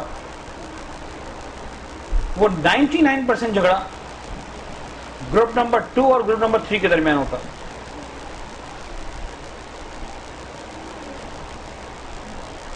کہاں ہوتا ہے؟ گروپ نمبر 2 اور گروپ نمبر 3 کے درمیان. یعنی آپ ان لوگوں سے کہیں کہ بظاہر جو بڑے نیکوکار ہیں، جن کا بڑا وقت مصلی پہ گزرتا ہے اور جناب علی دعاؤں میں گزرتا ہے اور کتاب، ان سے آپ کہیں کہ بابا آ جاؤ مدرسے میں سیکھنے کے لیے، وہ فوراً کیا مثال دیں گے؟ ان سے آپ کہیں ذرا پردہ بھی کر لیں بھائی، یہ گھر سے میوزک بھی ختم کر دیں، آپ اتنے نیک ہیں، آپ زیارتوں پہ جا کے آتی ہیں، آپ مثال کے طور پر حج کا پلان کر رہی ہیں وغیرہ وغیرہ، تو فوراً کیا جواب دیں گے؟ دیکھی ہیں مدرسے والیاں، ہے کہ نہیں؟ یعنی گروپ نمبر 3 سے کہا جائے کہ یہاں پر آ جاؤ، وہ مثال دیں گے گروپ نمبر 2 سے کچھ کہا جائے نہیں، دیکھیں ہم نے عمل کرنے والے کیسے ہوتے ہیں، یہ نیک لوگ معاشرے کے جو بے پردہ جاتے ہیں حرم امام حسین میں، ان کو موقع ملے تو وہاں بھی پردہ پہن کے نہ جائیں، جھگڑا یہاں پر ہوتا۔ ہمیشہ یاد رکھیے گا اس جھگڑے کو ختم کرنے کا ایک ہی طریقہ کار ہے کہ آپ ان کو سمجھائیں کہ ہم آپ کو گروپ نمبر 2 میں آنے کا نہیں کہہ رہے ہیں، ہم آپ کو گروپ نمبر 1 میں آنے کا کہہ رہے ہیں۔ یہ جو کمی ہے عمل کی، یعنی ہمارے پاس کہاں، یعنی ہمیں کس پوائنٹ پہ کام کرنا، ہمیں کس ایجنڈا پہ کام کرنا ہے، کس چیز پر ہمیں کام کرنا ہے، ہمیں سے ایک چیز پہ کام کرنا ہے، وہ کام کرنا ہے اس کے اوپر۔ بیکاز اگر ہم یہاں پر آ گئے تو بات ہی ختم ہو گئی نا، پھر تو ہم سے اچھا کوئی ہے نہیں۔ اس لیے کہ کائنات میں کسی سے ہی پوچھیں یہ والا باکس بنانے کے بعد کہ which is the best, never ever you will find کہ کوئی کہے کہ group number 2 is the best اور group number 3 is the best. کہے گا کوئی بھی صاحب عقل انسان نہیں کہے گا کہ صاحب گروپ نمبر 2 اچھا ہے، جو علم حاصل کرنے کے باوجود عمل نہیں کرتے۔ ممکن ہے کچھ گروپ نمبر 3 کو اچھا کہیں کہ دیکھو ان کے پاس علم نہیں ہے پھر بھی کچھ تو کر رہے ہیں، خیر وہ کچھ کرنے کا نقصان کیا ہوگا وہ مثال دیتے ہیں، حیدرآباد والی سمجھ میں آ جائے گی، لیکن بہرحال ہمارے پاس ایسی بے شمار ایگزامپلز ہیں، دیکھو کچھ نہیں آتا پھر بھی اتنا تو کر رہی ہیں، ہاں جو ان سے ہو سکتا ہے وہ کر رہی ہیں، جتنا ہو سکتا ہے وہ کر رہی ہیں۔ یہ آئے گا اچھا کہنے کو پھر بھی تیار ہو جائیں گے گروپ نمبر 3 کو، لیکن بہترین کہنے کو تیار کوئی بھی نہیں ہوگا۔ If you ask which is the best، تو اگر 3 کو اچھا کہنے والا کوئی مل بھی گیا تو بیسٹ کہنے والا کوئی نہیں ملے گا۔ بات سمجھ آ رہی کہ نہیں؟ تو ہمارے پاس جو کام کرنا ہے وہ صرف اس ایک چیز پہ کام کرنا ہے، اور اس مدرسے سمیت دنیا کے تمام مدارس کی جو مجبوری ہے وہ یہ ہے کہ ہم آپ کے ساتھ صرف اس پر کام کر سکتے ہیں۔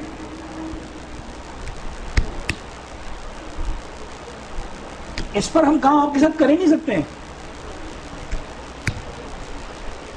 We can not. یعنی آپ غور کیجئے کہ ان پٹ ہم کیا دے رہے ہیں اور آؤٹ پٹ آپ سے کیا چاہ رہے ہیں۔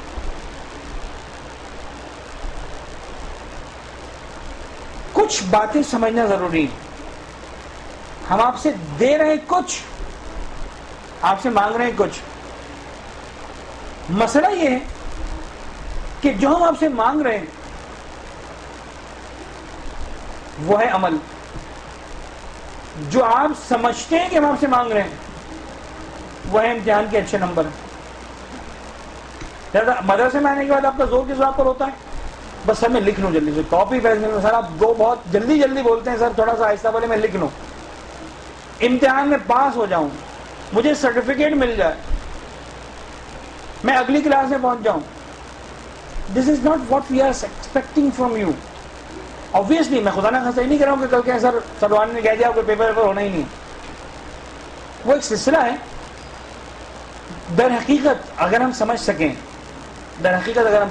وہ جو ٹیسٹ ہوتا ہے نا وہ آپ لوگوں کا ٹیسٹ نہیں ہوتا، وہ ہمارا اپنا ٹیسٹ ہوتا ہے۔ وہ در حقیقت ہمیں یہ چیک کرنا ہوتا ہے کہ ہم آپ کو کیا کیا سکھا پائیں، وہ ہمارا امتحان ہوتا ہے۔ جیسے ایک ڈاکٹر مریض کا علاج کرنے کے بعد دوبارہ اس کا بلڈ ٹیسٹ کرواتا، تو در حقیقت بیمار کا علاج نہیں ہوتا، ڈاکٹر اپنا امتحان لے رہا ہوتا کہ جتنا میں نے علاج کیا اس میں سے کتنا کامیاب ہو۔ وہ بظاہر سمجھا جا رہا ہے کہ مریض کا ٹیسٹ ہو رہا ہے، وہ ڈاکٹر کا ٹیسٹ ہوتا ہے، استاد کا ٹیسٹ ہوتا ہے۔ آپ سے ٹیسٹ کاپیز نہیں مانگی گئی ہیں، آپ سے 80% مارکس نہیں مانگے گئے ہیں، آپ سے A اور A1 گریڈ نہیں مانگا گیا، آپ سے کیا مانگا گیا؟ مدرسے میں آنے کے بعد، مدارس کا حصہ بننے کے بعد جو اہم ترین چیز ہے وہ ہے یہ عمل۔ کاش میں نے ایک حدیث لکھ دی ہوتی سامنے. اس سارے سیٹ اپ کے بعد ایک حدیث جس کا مولا کائنات نے ارشاد فرمایا،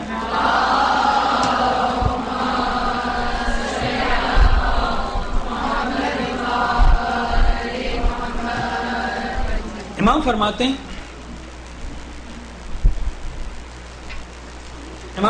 ہیں قسم ظہری، قسم قاف دو نقطے والی، صاد میم، قسم ظہری زوئیں دو چشمے والی ہے اور رے اور یہ، قسم ظہری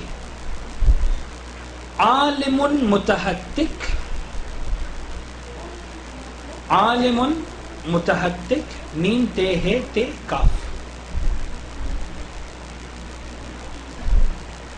متحقق وجاہل متنسک، بلکہ میں لکھ دیتا ہوں جلدی سے،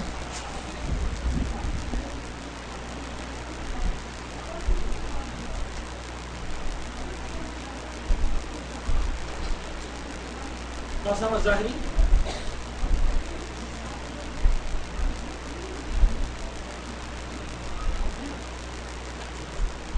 عالم متحقق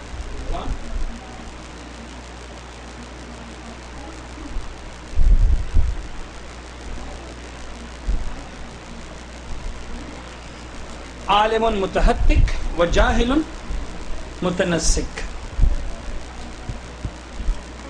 دو افراد نے میری کمر توڑ دی، ظہر کہتے ہیں پیٹھ کو، دو افراد نے میری کمر توڑ دی، میری پشت توڑ دی. اگر آج کے لیکچر کی روشنی میں ترجمہ کروں تو وہ دو آدمی کون ہیں؟ Group number 2 and group number 3. یہ سوال ہی بیکار ہے کہ کون ورسٹ ہے. مولا کائنات کہتے ہیں دونوں برابر ہیں، دونوں بدترین. ان دونوں نے میری کمر توڑی. ایک اس عالم نے یعنی صاحب علم نے جو متحقق ہے. متحقق کیا نہیں، متحقق کا جو اصل ترجمہ ہے وہ ہے بے حرمتی کرنے والا. ہتک حرمت، بے حرمتی کرنے والا ہے نا. ہتک عزت کا دعویٰ کر دیا، یہ ہتک سے نکلا ہے متحقق. یعنی مولا کائنات کی بلاغت ہے کہ امام نہیں کہتے عالم بے عمل. عالم بے عمل کو ایک لقب دیتے ہیں، عالم وہ عالم جو بے حرمتی، یعنی علم کی اس سے بڑی بے حرمتی اور کیا ہوگی کہ عمل نہ کرے انسان. وہ در حقیقت بے عمل نہیں ہے، وہ توہین علم کا مرتکب ہو رہا ہے. علم کی اس سے بڑی اہانت نہیں ہے کہ اس کا استعمال نہ کیا جائے. ٹھیک، لیکن امام فرماتے ہیں کہ جس طرح یہ میری کمر توڑ رہا وہ جاہل متنسک. وہ جاہل متنسک کہاں سے نکلا؟ اگر آپ غور کریں ایک لفظ استعمال کرتے ہیں مناسک حج، حج کے مناسک، حج کے اعمال. یعنی حج ایک ایسی عبادت ہے جہاں قدم قدم پر تقدس نظر آتا ہے. انسان احرام کی حالت میں ہے، خانہ کعبہ میں ہے، طواف کر رہا ہے، صفا مروہ میں جا رہا ہے، مقام ابراہیم کے پیچھے ہے، میدان عرفات میں ہے، کبھی میدان منا میں ہے. عبادت کا منزل وہ مناسک، وہ اعمال جو تقدس کے ساتھ ہے. جاہل متنسک وہ جاہل جو مناسک میں لگا ہوا ہے، یعنی مسلسل اس میں جو ہے وہ ظاہر اس کا تقدس بھرا ہوا ظاہر ہے، لیکن لا علم نہیں پتا، حلال حرام کا علم نہیں ہے، واجب اور حرام کا علم نہیں ہے، جائز اور ناجائز کا علم نہیں ہے، نہ اپنی ذمہ داریوں کا علم ہے، نہ اہل بیت کی تعلیمات کا علم ہے، اور بس ایک ٹریک پہ چڑھ گیا ہے اور اس پہ کھڑا ہوا. کچھ باتیں ہیں جو ہم مدارس میں آنے والوں کو سیکھنی ہے، سمجھنی ہے، اور اس کو میں زندگی میں چینج لے کر آنا، اور اس کے بغیر فائدہ نہیں ہونے والا. ایک ایگزامپل میں آپ کو دوں تاکہ شاید اپنی بات صحیح طرح سمجھا پاؤں. یہ ایگزامپل بھی ظاہراً ملا رومی کی ایگزامپل ہے. ایک بند کمرے میں، اندھیرے کمرے میں، بڑے سے کمرے میں ہاتھی کو بند کر دیا گیا، اور چند ایسے افراد کو اس اندھیرے کمرے میں بھیجا گیا. چند ایسے افراد کو اس کمرے میں بھیجا گیا جنہوں نے زندگی میں کبھی ہاتھی نہیں دیکھا تھا. اور کہا کہ جاؤ اندر اور واپس آ کے بتاؤ ہاتھی کیسا ہوتا ہے. اب چونکہ نظر تو آ نہیں رہا ان کو، وہ اندر میں گئے اور انہوں نے جا کر اپنے حساب سے ہاتھی کو محسوس کیا اور آ کر انہوں نے بتایا کہ ہاتھی کیسا ہوتا ہے. ایک صاحب نے کہا کہ ہاتھی جو ہے وہ ایک پائپ کی طرح سے، بڑے سے فلیکسیبل پائپ ہے، جیسا موڑو مڑ جاتا. اس کے ہاتھ میں آ گئی تھی ہاتھی کی سونڈ. دوسرے نے کہا بیوقوف کیسی بات کر رہے ہو، ہاتھی تلوار کی طرح سخت ہے، بس دھار تیز نہیں ہے، وہ مڑنے کے قابل نہیں ہے. اس کے ہاتھ میں کیا ہے تھا؟ ہاتھی کے دانت آ گئے. تیسرے نے کہا کہ یہ پائپ اور تلوار کیا ہوتا ہے، ہاتھی تو ایک پلر کی طرح سے ہے. اس کے ہاتھ میں کیا آیا تھا؟ ہاتھی کا پیر. چوتھا نے کہا یہ پائپ، تلوار، یہ ستون، کچھ سمجھ نہیں آ رہا. ہاتھی دیوار کی طرح سے، بس سافٹ ہے لیکن ایک دیوار کی طرح سے. اس کا ہاتھ پہنچا تھا ہاتھی کے پیٹ پر، اس باڈی پر. پانچویں نے کہا میری سامنے تمہاری باتیں نہیں آ رہی، یہ دیوار اور یہ پائپ اور یہ تلوار اور یہ پلر کیا ہوتا ہے؟ ہاتھی تو پردے کی طرح سے لہراتا ہوا. اس کے ہاتھ میں کیا آیا تھا؟ ہاتھی کا کان. The question is, who is wrong? The answer is, no one is wrong. The answer is, no one is wrong. تو پھر پرابلم کیا ہے؟ But the problem is each and everyone is incomplete.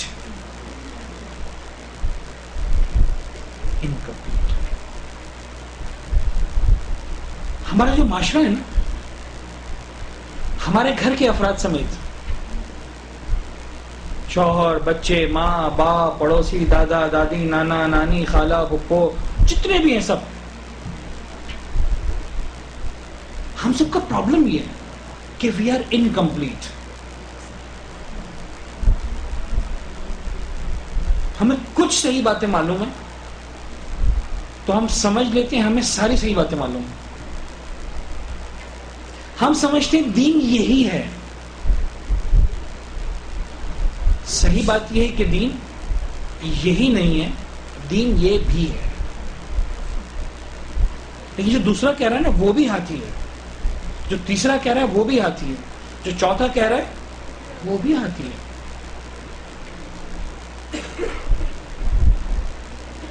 دین یہی نہیں ہے، دین یہ بھی ہے. بس وہ ایک بے لگانا اور بے کا نقطہ ہم سب جانتے ہیں کہ اس بائے بسم اللہ کا نقطہ کون ہے. یہ جو بے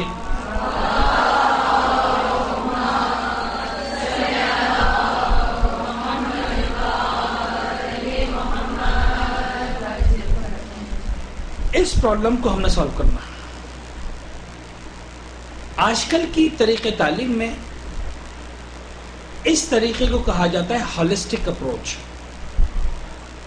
ہالسٹک اپروچ آف ایجوکیشن یا holistic approach of learning. Holistic approach کا مطلب کیا ہوتا ہے؟ ایک ایسی اپروچ جس میں آپ کسی بھی تعلیم کو ایز اے ہول مکمل طور پر لیتے ہیں، مکمل طور پر لیتے ہیں. یعنی یہ ایگزامپل ہمیں کب سمجھ میں آتی؟ جب ہم کھانا کھانے بیٹھتے ہیں. دسترخوان پر ہمیں سمجھ میں آتا کہ بریانی اسی وقت بریانی بنے گی جب اس میں چاول بھی مناسب مقدار میں ہو، گوشت بھی مناسب مقدار میں ہو، مسالے بھی مناسب مقدار میں ہو، نمک بھی مناسب مقدار میں ہو. ہم صرف چاول پھینک لیں اور کہیں کہ ہم نے بریانی کھائی، ہو جائے گا. ہم صرف گوشت چبا لیں اور کہیں بریانی کھائی، ہو جائے گا. ہم صرف نمک کھا لیں اور کہیں گے بریانی کھائی، اس لیے کہ نمک میں بریانی میں نمک تو ہوتا ہے.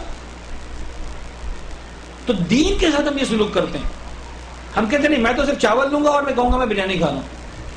میں کہتا ہوں میں صرف گوشت لوں گا، چاول کا ایک دانہ نہیں ہوگا اور میں کہوں گا میں بریانی کھا رہا ہوں. وہ صرف مسالہ لے کے بیٹھا ہوا کہہ رہا ہے نہیں میرے پاس بریانی ہے، تمہارے پاس کہاں ہے بریانی. اور چوتھا کہہ رہا ہے کہ نمک میرے پاس ہے لہذا بریانی میرے پاس. یہ سب ملیں گے تو صحیح بریانی بنے گی. That's called holistic approach. دوسرے الفاظ میں جب بھی دین کو سیکھیں، میں تو انتہائی اناڑی طالب علم ہوں آپ کے سامنے، لیکن جو علماء کرام آپ کے پاس آ رہے ہیں جو اپنا وقت آپ کو دے رہے ہیں، جو اپنا علم آپ کو دے رہے ہیں، ان تمام علوم کو ملا کر آپ نے چلنا ہے. وہ بظاہر فقہ اور اخلاقیات اور مثال کے طور پر سب الگ الگ علوم ہوں گے، الگ الگ کچھ بھی نہیں ہے. دین ہے یا نہیں ہے، وہ ہالسٹک اپروچ ہے. ادروائز کیا ہوگا؟ ہم ایک حصے کو لے کے بیٹھ جائیں گے تو پھر ایک غلطی کر جائیں گے، پھر مشکل کے اندر آ جائیں گے. تو بہرحال آج کی گفتگو کو مکمل کیا ہم نے، یہ چیزیں ہم نے دیکھی. تو خلاصہ یہ ہوا کہ مدارس میں آنے کے بعد ان پٹ کچھ ہے جو دیا جا رہا ہے ہم میں سے ہر ایک کو، جو ہم میں سے ہر ایک لے رہا ہے وہ ہے علم، لیکن جو ہم سے مانگا جا رہا ہے وہ ہے عمل. اور اب یقین جانیں،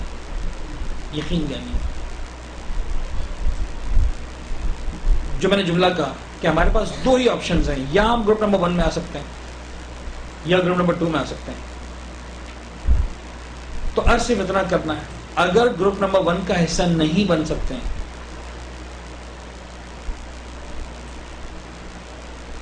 تو اتنا تو طے ہے کہ گروپ نمبر 3 میں نہیں جا سکیں گے. تو غور کیجیے گا میں کیا کہہ رہا ہوں. If we cannot become the part of group number 1, we cannot become the part of group number 3 as well. اس لیے گروپ نمبر 3 میں بھی عمل تو ہے.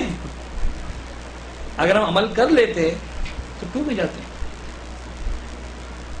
تو اگر ہم گروپ نمبر 1 میں نہیں جا سکتے تو پھر شاید ہمارے لیے سب سے بیسٹ آپشن یہ ہوگا گروپ نمبر 4 میں چلے جائیں. کم از کم اتنا تو ہو کہ بدترین سے نکل جائیں گے اگر بہترین نہیں بن سکے تو. یعنی دوسرے الفاظ میں اگر گروپ نمبر 1 میں نہیں جانا ہے تب بھی ہمارے پاس صرف 2 راستے ہیں، یا گروپ نمبر 2 یا گروپ نمبر 4. تب بھی گروپ نمبر 3 میں جانے کا راستہ ہمارے پاس نہیں ہے. لہذا اگر خدا نہ خواستہ کسی وجہ سے اپنے آپ کو گروپ نمبر 2 میں محسوس کر رہے ہیں، because it is not the part of تکلفات، یہ خود احتسابی کی منزل ہے، یہ معرفت نفس کی منزل ہے. اگر کسی وجہ سے گروپ نمبر 2 میں محسوس کر رہے ہیں تو آپ کے پاس 2 ہی راستے ہیں، یا اس گروپ نمبر 2 سے 1 میں چلے جائیں یا اس 2 سے 4 میں. اس لیے کہ گروپ نمبر 2 میں علم پر رائٹ ہے، عمل پر رانگ ہے. تو یا تو اس علم والے کو رانگ کر دیں 4 میں آ جائیں گے، یا اس عمل والے کو رائٹ کر دیں تو 1 میں چلے جائیں. کیونکہ 3 میں جانے کے لیے دونوں کو الٹنا پڑے گا. ہاں تو یا اس کو صحیح کر لیں یا اس کو غلط کر لیں. اٹ ڈزنٹ مین کہ اگلی کلاس میں جب میں آؤں تو میرے پاس آدھے بچے بھی نہ ہوں، آدھے اسٹوڈنٹس بھی نہ ہوں کلاس کے اندر. کہ سر نے کہا تھا کہ اگر 1 میں نہیں آ سکتے تو 4 میں چلے جاؤ. یہ ڈیموٹ کرنے کے لیے نہیں ہے، یہ ساری باتیں موٹیویٹ کرنے کے لیے. اگر واقعاً زمانے کے امام کے لشکر کا سپاہی بننا ہے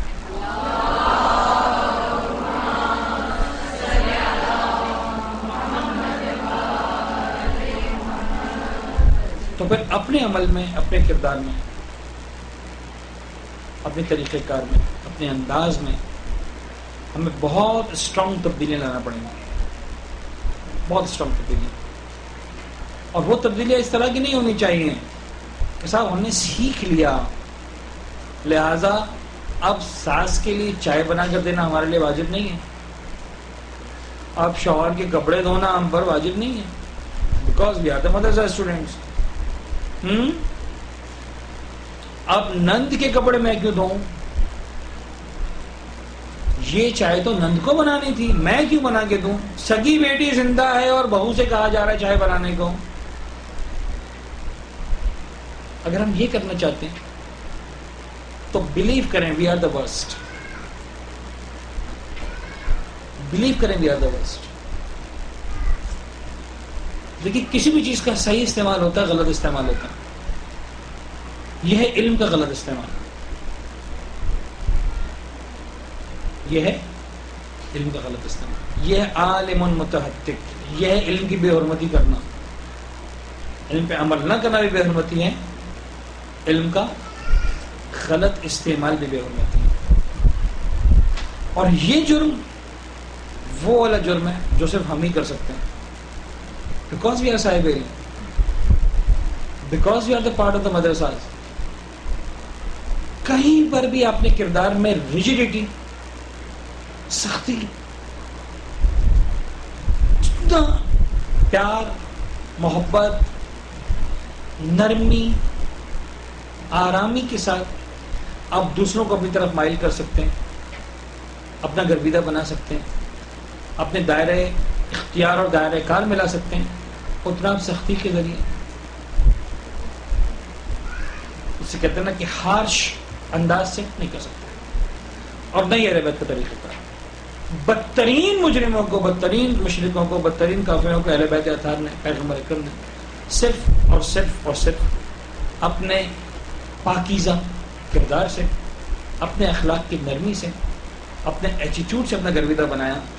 کوئی پیغمبر کی نماز کو دیکھ کے مسلمان نہیں بنا تھا, کوئی پیغمبر کو روزہ رکھتا ہوا دیکھ کے مسلمان نہیں بنا تھا. جو بھی بنا تھا وہ پیغمبر کی اچھی باتوں کو دیکھ کر, اچھے انداز کو دیکھ کر, اس اپنائیت کو دیکھ کر, اس سیکریفائس کو دیکھ کر مسلمان بنا تھا, جو اسے پیغمبر کے اور ان کے آل کے وجود مقدس میں نظر آتی تھی. ایک دعا کی درخواست ہے, ایک خاتون جو ہمارے مدرسے کی انہیں اس القائم کا حصہ تھی, اور اب وہ اپنا گھر آباد کر کے اسلام آباد کو وسانے کے لیے چلی گئی ہیں. انہوں نے اپنی اولاد کے لیے بھی اور اپنی جاب کے لیے بھی دعا کا پیغام بھیجا ہے. اس دعا کے ساتھ کہ پروردگار عالم ان کی, آپ سب کی, ہر مومن ہر مومنہ جو دنیا میں جہاں پر بھی ان کی تمام مشکلات کو حل فرمائے. زمانے کے امام کے لشکر کے سپاہیوں میں ہم سب کا نام شامل ہو.